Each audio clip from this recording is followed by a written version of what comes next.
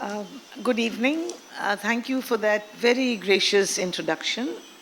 I'd like to first of all thank the organizers and sponsors of this event, and of course Vrinda and her splendid team at Godrej Archives to have made this possible. But more than that, to have helped me with access to the archives, on the basis of which I've done some work, parts of which I hope to present today. I also want to say how honored I feel to be sharing the stage, the 19th Godrej Archives lecture, a series that has sort of accommodated very important scholars and historians of eminence who have spoken about business history, about methods that business history adopts, about history of commodities, about oral history. So I hope my own intervention today will sort of augment the conversations on business history and bring it closer to people to sort of help disseminate what I call historical literacy that we are in dire need of today. We and the world we live in, as you know, face extraordinary challenges in terms of resource crunch, environmental degradation, social stress, political crises, and of course, erasure of competences and skills. So I really hope that my efforts in this direction is to make a strong argument about getting methods in place, speaking carefully about protocols that underlie history, business, economic, whatever, and hopefully this will in fact move to a larger audience rather than simply a closed circle of academics. My talk is titled, as you know, The Historian and the Archive, the business of doing business history. So let me then start by stating the obvious. I am a historian by training. However, I do not necessarily designate myself as a business historian because for a long time I worked in the larger field of economic history, maritime history, talked about trade, talked about business practices, talked about manufactured goods, and talked about how business firms produced goods, circulated them, marketed them, and how the people consumed them. So I navigated different kinds of histories of manufacture, production, consumption, and also tried to tell stories of goods that entered the market and the individual home after they left the shop floor. In doing this, I relied very strongly on archives. Of course, in this case, the Godrej Archive, but generally in my work, I have tended to rely very strongly on the archive and have tried to think about how one reads this peculiar entity that we call the archive. Now, I think the archive for historians, and I'm talking about professional historians, people who do history as a profession, the archive remains the touchstone of ethical and epistemic credibility. And a historian is not worth her or his name if he or she has not, in fact, used an archive. So the archive has kind of remained very, very strongly embedded in historical research. Now, it's also true that the idea of the archive has changed tremendously. What was the archive in the 19th century and what we now consider as archives in the 20th century, what archiving means, has actually moved a very far way. Now, for business historians, for practitioners who do business history, the archive has enjoyed a lot of importance. It's enjoyed salience, even if it has come a little late in the day. And I'll try and explain what I mean by this. Now, this presentation, therefore, intends to reflect on two things. It intends to reflect on the ways in which business history evolved in India, how business history treated the archive in writing it, and also, as a historian of manufactured goods, how I personally used the Godrej Archive to come up with the story of objects. So, in many ways, this lecture is intended to share with you the methods that I used in approaching this particular archive. So I argue that the archive has huge challenges. The reasons why an archive is set up by any entity, could be the state, could be a business firm, and the way the archive is used by the historian may not converge. In fact, most often they diverge. So I would like to therefore share the kind of challenges that working with an archive entails and take you through the history of 3 objects that I actually studied, the 3 objects that are on display in the screen.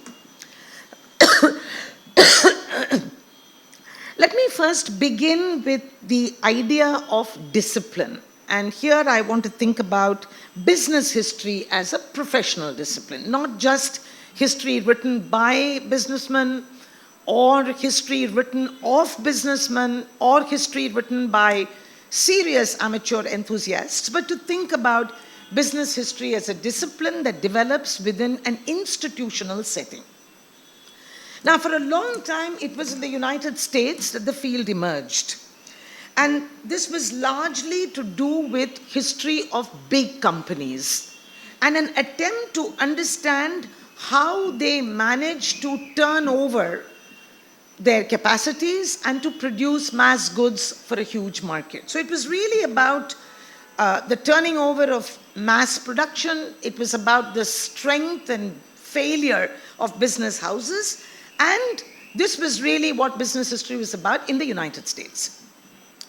Now, it's important to find out, it's also important to remember that business history in itself was not undertaken enthusiastically by practitioners of history in university departments. It remained very much within the larger field of economic history, where you could do the history of firms, you could do the history of labor, but you did not necessarily have a subfield called business history.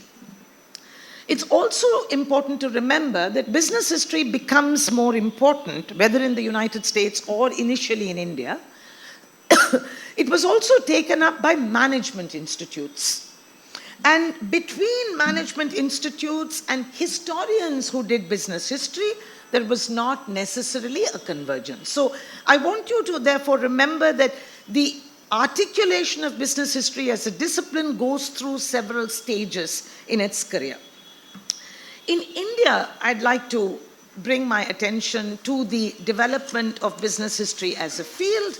I want to make the point that in the case of history, in the case of India, business history assumed a very different dimension. It was not only about the rise and fall of firms. It was about the context in which these firms came up. It was about social practices of caste. It was about what inhibited business and what did not. It was about certain communities who seemed to have a better disposition to business. So in many ways, I'm suggesting that in India, very good business history was actually done by anthropologists. Anthropologists who looked at the larger issue of culture actually took to very good business history. And I'm thinking really of people like Radna, who works on the Chettiar community in southern India, or Thomas Timberg, who had a magnificent book on the Marwadis, who actually took a very different approach to this whole idea of business history, where it was not just the rise and fall of firms, it was much more than that. Now, I would say that no lecture on the development of business history in India is complete without mentioning the doyen of business history, who was, of course, Vijayan Tripathi, who was in the Institute of Management and really was the first to give the discipline a clear mandate and some contouring. Now, there were other works on Indian business, don't get me wrong. You had important works by Shyamprasad Runta, you had Helen Lamb, you had, as I mentioned, Timberg. All of this comes before. But it's really with Professor Tripathi in the Institute of Management that you have a clear institutional setting for the embedding of business history as a discipline and a particular relationship with archives. So I want to make the point that in India, which is quite different from what happens in the United States, business history actually has a very interesting relationship with the notion of the archive on which the discipline can be written. However, it was not easy to stake a claim for business history. Most Indian economic historians of a particular political leaning, who could be left and liberal in their orientation, preferred to look at Indian economic history largely through the lens of agrarian development and poverty, which was, after all, an important consequence of British rule, and tended to downplay the importance of business history and capitalist enterprise, which they saw as braided with the colonial state. So there is a lot of tension within the historical fraternity about the kind of space that you would want to give business history. So it's interesting that a very important historian like Amiya Bagchi, who actually was one of the speakers of this Godrej series, expressed very great reservations about the ways in which business history was written till a point in India. And he said, he sort of argued that why is it that business history as we know it, mind you, he was writing this quite some time ago, why is it that we do not seem to be vigilant about methodological limitations in the way in which we write business history? So, in fact, he's very sharp in his critique of business history, and he argued that there is actually, if you look at the kind of business histories that were written, there's very little analytical content about big business. It's all about hagiography of great business houses, and never anything about the peculiar relationship, the nexus between government and capital. So why is it that you never were told how businessmen could use resources to get their business domiciled so that the law could never touch them? Why is it that we never looked at the messiness of what happens within an economic environment? Now, I think personally, Bagchi spoke too prematurely, but his critique gives me a very good segue into exploring more recent business histories, which I actually think have made a huge advance in the way in which we look at both the functioning of business, the context in which business functions, and the ways in which we can actually write a very productive history of business as large negotiations. So I want to come back to this question: how do we use archives for writing business history? I take the broad point that business history is about practices, it's about firms, it could be family firms, it could be partnerships, it could be the context in which these things happen. But I want to ask the question of how do we use archives to write this business history? Because at the end of the day, we have to depend, as historians, professional historians, we have to depend on that strange entity that we call archive, because it's that which gives us the evidentiary basis to say what we say. So it's not as though I'm cooking something from my head, however imaginative and creative it might be. I will have to anchor it with some kind of evidence which I turn to, which is of course the archive. So I want to therefore ask this larger question to all of us: how do we use archives for business history? Now, I ask this question for two reasons.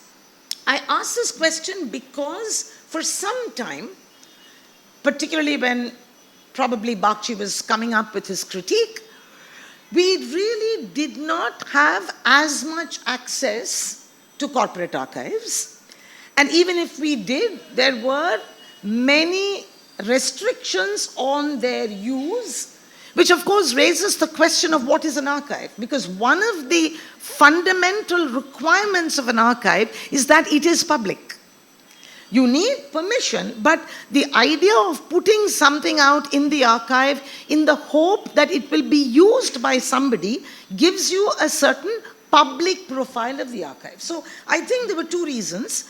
One, there was not enough in terms of corporate material, and two, there was a sort of naivety about the assumption that everything in the archive was something which could be summarized and said as history.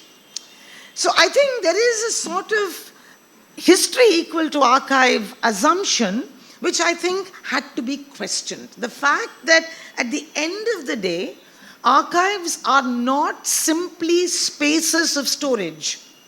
They are not only spaces of material, but are in fact a complex system of rules that determine the production of knowledge. There is a reason why somebody puts something into the archive. There is a way in which the archive is catalogued in a particular way. So it's very important that archiving is not necessarily a neutral process. There are some archives that do better. I've been very lucky with the Godrej archive because it really gives you, and I'll tell you how, it really gave me an arc to understand, not all of which were lustrous history. You know, it's a complicated business of understanding the rise and fall of firms, the objects they produce. So I think this is important, that archiving is not a neutral process. It's done self-consciously. It has an agenda. And one has to be very sensitive to the logic of the archive to be able to make sense of why something is being said and then how you read against it. So that is where the historian's craft lies. The historian's craft is not just to sum up what the archive says, but to actually interpret how to read a particular archive, and I hope I can demonstrate this in relation to the objects that I actually studied.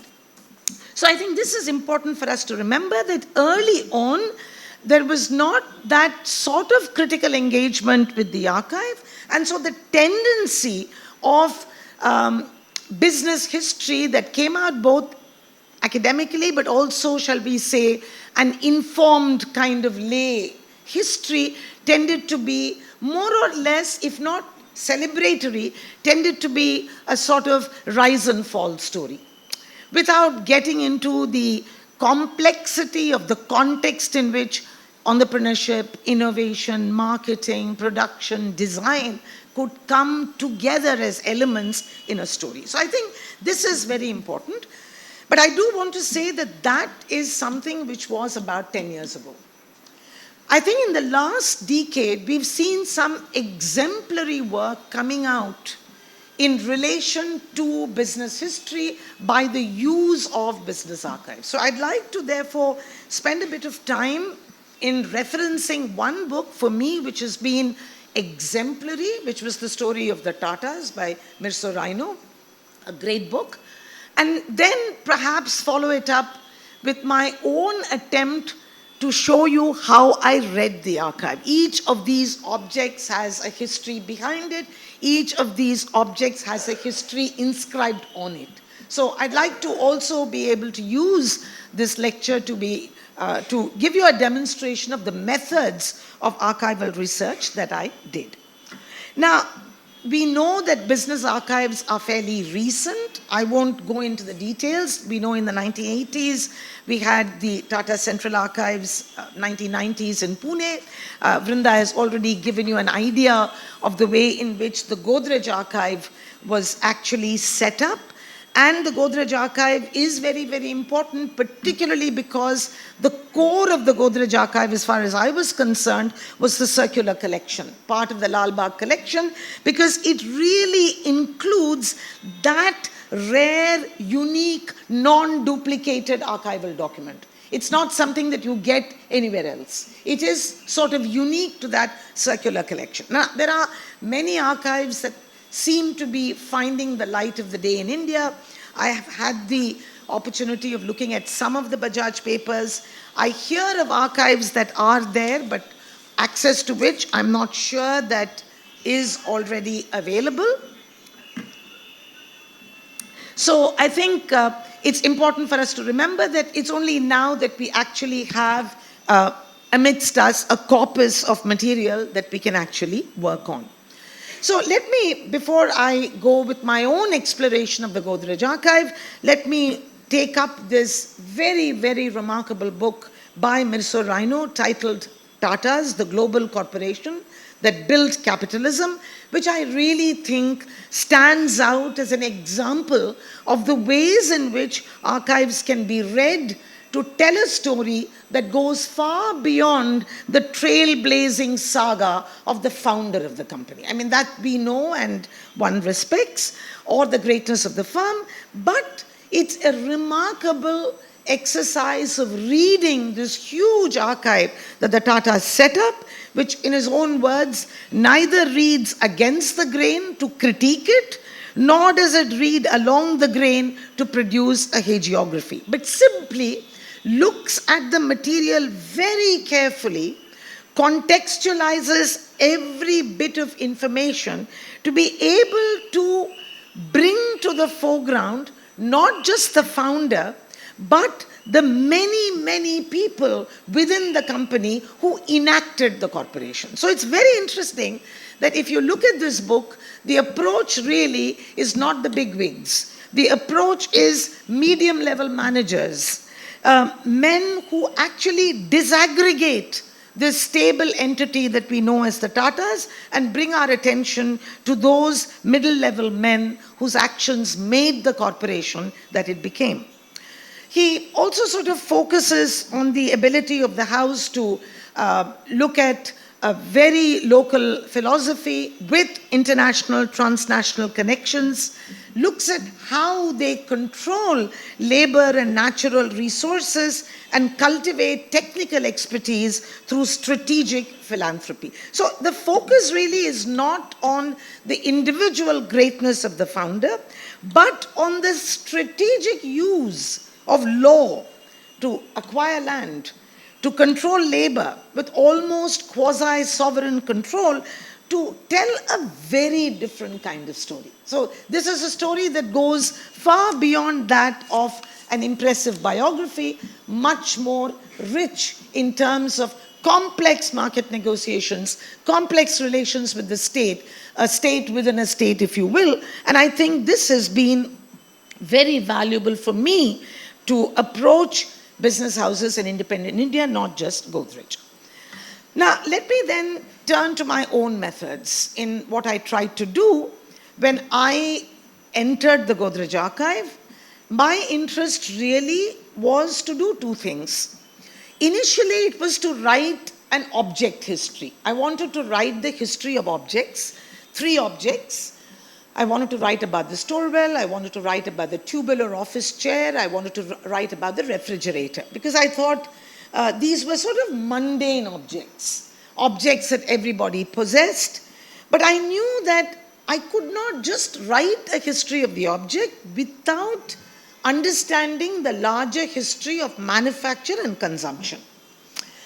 So how was I going to look at the archive? When you go to the Godrej archive, it's wonderfully maintained, and thanks to a great staff, you can get everything, but you have a surfeit of information. How do you grapple with the number of files, with the number of circular collections, sometimes painfully tedious, saying the same thing over and over again? So how do you make out a story that will thrill my readers? So this was not, very easy.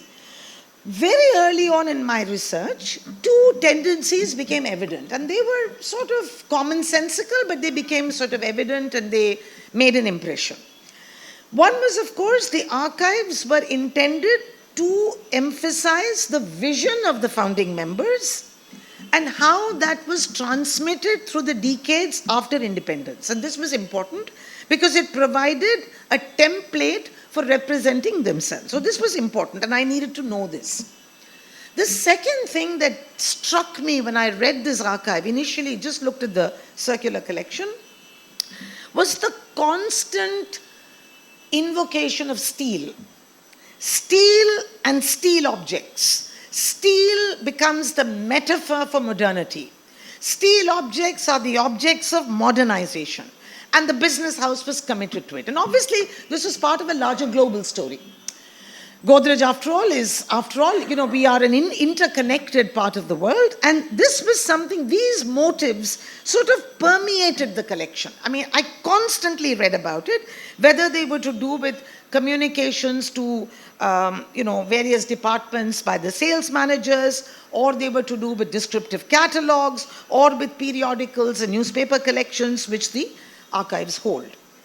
Additionally, so besides steel and the family values of the founding firm, which was about loyalty and a sense of this larger family, this was the kind of material, constant sort of tropes, constant features that came out in the archive that I read. Now, as a historian, how was I to read this particular archive, especially in relation to make sense of the three objects that I wanted to study, and also to make sense of recounting a larger history of consumption in modern India. After all, the three objects were to do with the ways in which the middle class in India was consuming. So how was I going to do it? Just by looking at the circular collection, looking at the letters from Hathi and Sanjana, what was I going to do? How was I going to actually do it? So I realized that I had to go past the constant recurrence of steel shortage, which is what you read, and it is very difficult. We are dealing with the 50s and 60s, which is a very different India. It's an India of the license quota Raj system. It's an India where you do not have huge amount of steel. So you have this constant reference to steel shortage, and yet you have a constant exhortation by managers to increase consumption, to make the steel almirah virtually a mass product. So how was I going to simply not reproduce the logic? I could simply say there was huge shortage of steel and yet Godrej produced. But that was not part of the story I was interested in. So the whole idea was, how was I going to resist the reproduction of the archival logic?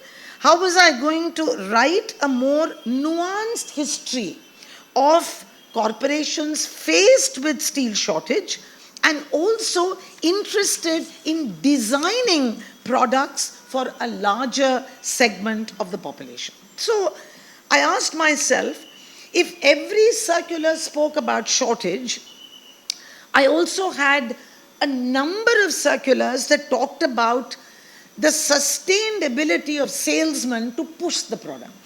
So there was this interesting tension between shortage and supply, shortage and push the marketing, push the distribution, and an extraordinary investment in other networks like stockists and distributors. So suddenly, the history of the company for me became a history of sales managers, stockists, distributors, their conferences, their anxiety about how they were going to distribute this, and their understanding of local demand for these products. So there was a way in which I had to go beyond what you immediately see, understand the logic of what that was being said, and then contextualize it with much larger references to cross-evidence. Now, I was also very interested in the end product, which is the consumer. What was it about the Godrej product that made the consumer so keen to acquire them? And this was much harder to acquire, right? I mean, at least in terms of production, I know what is being produced, I know what is being designed, I know where the steel is coming, I know how there is leveraging with the central government to get your steel quotas. But with consumers, you have to rely on what you see as advertisements that, after all, are meant to sell. That doesn't necessarily give you how the consumer receives the product and what kind of meanings he inscribes on the product. You have to go by what the ads say. Now, here again, I think I was sort of very lucky with the archive, and this is a testimony to the diversity of the archive, which is not just circular collections, which is not just beautifully produced catalog, but which is also a very rich, and I hope will get richer, corpus of oral history.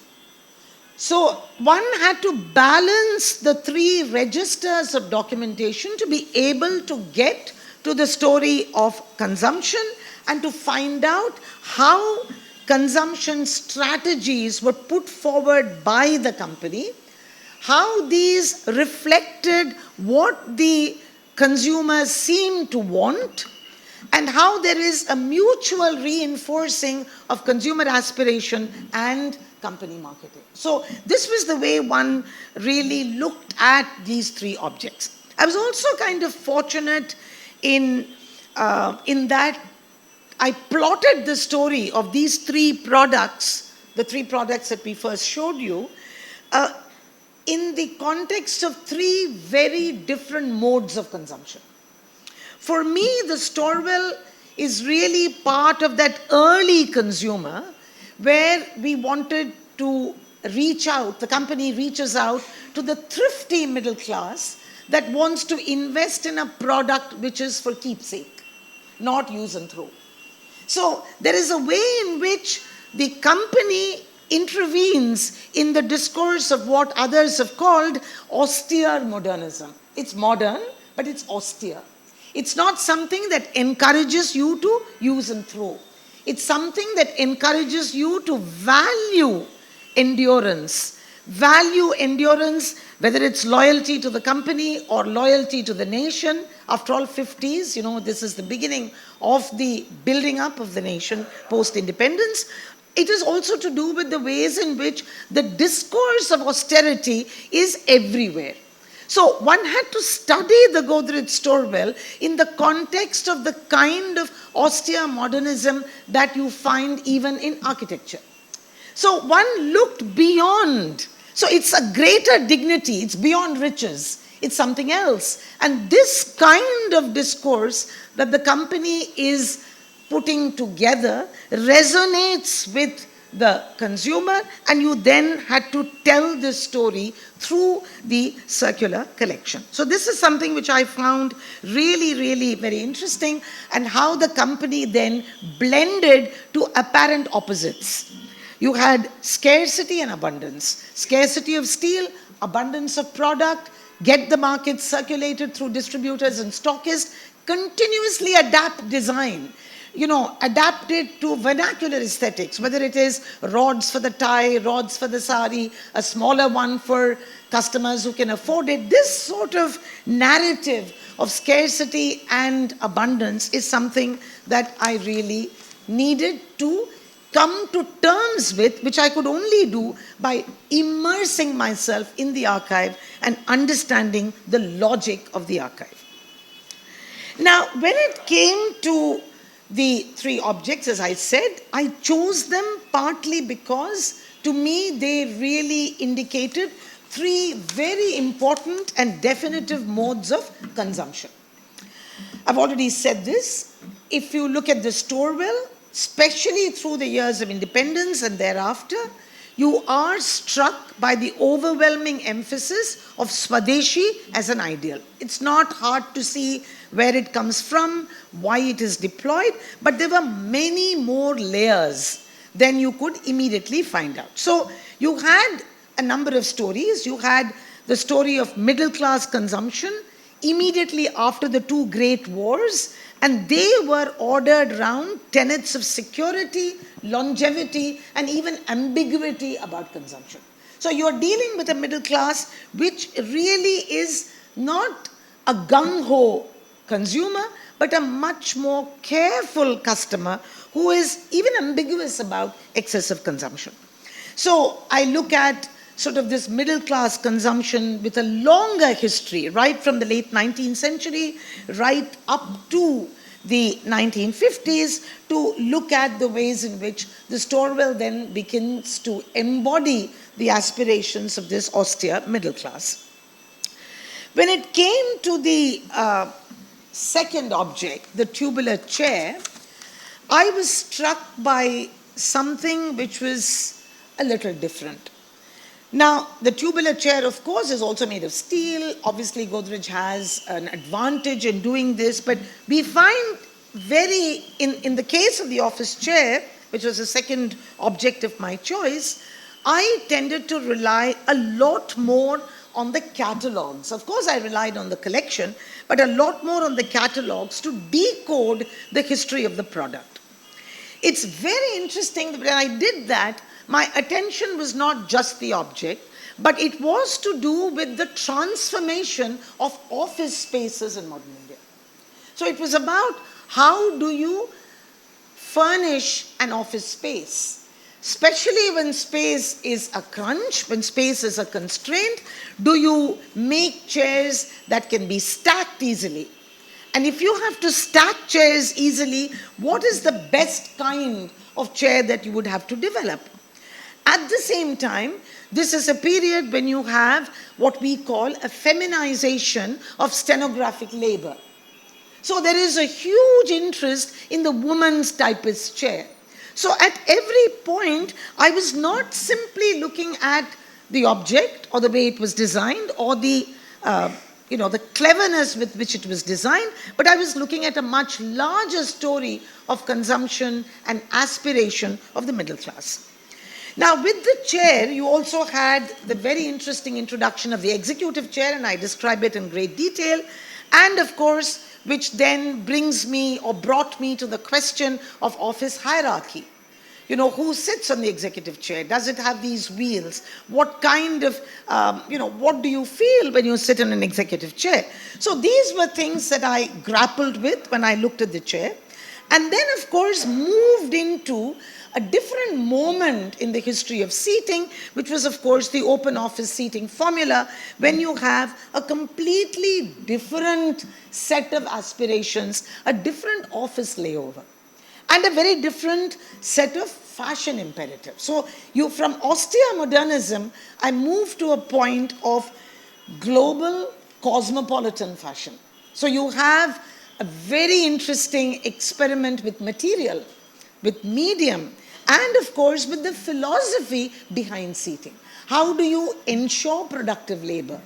You ensure it with ergonomically efficient chairs, and therefore I was not just interested in looking at the history of the chair. I plotted it within feminization of labor. I plotted it within different stages in the history of capitalism where you needed a different kind of labor force to be able to participate in an apparently hierarchical less office, but which was of course hierarchical. Now, I used all the catalogs to give me this, to tell me the story, and I found the change in the shift of consumption really quite fascinating.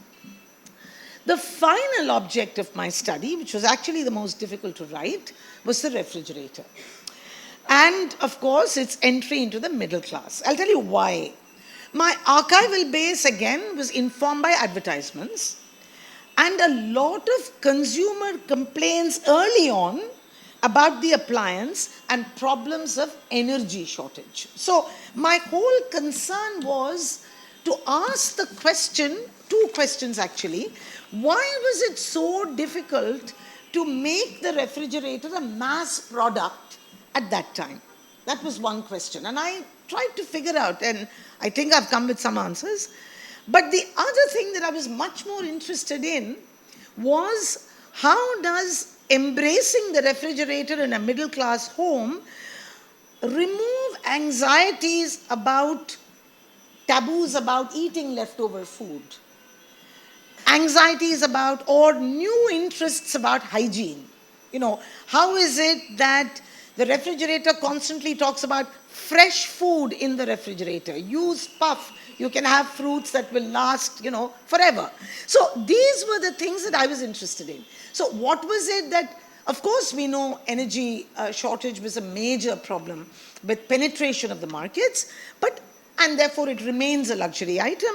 But I was really very, very interested to find out how the advertisements were invested in shaping consumer discourse around hygiene, healthy eating practices, and then later on of luxury living. So it's very interesting. In the 70s, the messaging of the refrigerator was, hum do, hamare do. You would have the big refrigerator, the small one. Then you would have, the value of fresh food to the middle class. And then you would have a nuclear middle class family celebrating the child's birthday party with a refrigerator full of goodies. So there is really a very different way in which middle class families began to be restaged, with the Godrej refrigerator becoming an important family member. Now, these advertisements I found fascinating because they revealed to me for the first time how the middle class child became the central consuming subject in the advertisement. So from the first husband-wife, or with the storewell, it's really dowry. The husband shows the wife the new storewell. Now you have the little child coming back from school wanting a bottle of really cold water from the fridge. The child really becomes the central consuming subject. And so I was really curious about new images of consumption. So what is it that, object histories can tell us about the ways in which consumption over time changes, what kind of values underlie this consumption, and how the aspiration of high-end luxury items then becomes synonymous with Preeti Zinta, who becomes the glamour girl for the advertisements of the refrigerator. So by way of sort of tentative rounding up, what I tried to do was how to tell a creative story of three objects of a larger context by using a really dense archive. The Godrej archive is very dense. It's got lots and lots of stuff. And obviously, they did not expect that I would tell this story, nor did I expect that I would tell the story when I first went into the archive. So I came to the archive to try and find material about three objects, about the ubiquity they enjoyed in our contemporary lives. And then when I deep dived into the archive, I became much more interested in other things. I became interested in the way the objects appeared in advertisements. I was interested in the way the objects were designed. I was interested in the extraordinary constraints the manufacturer faced in getting designs from overseas, getting steel, overcoming steel shortage and somehow managing to keep the objects at the center of public imagination. So it really persuaded me to look much more closely into the context. I will say that I was helped by the diversity of the collection hosted in the archive, which of course I tried to flag in each of the chapters in the book. So you'll have the circular collection, you have the catalog, you have the sales. So three different registers that I actually use in putting together the puzzle of collection.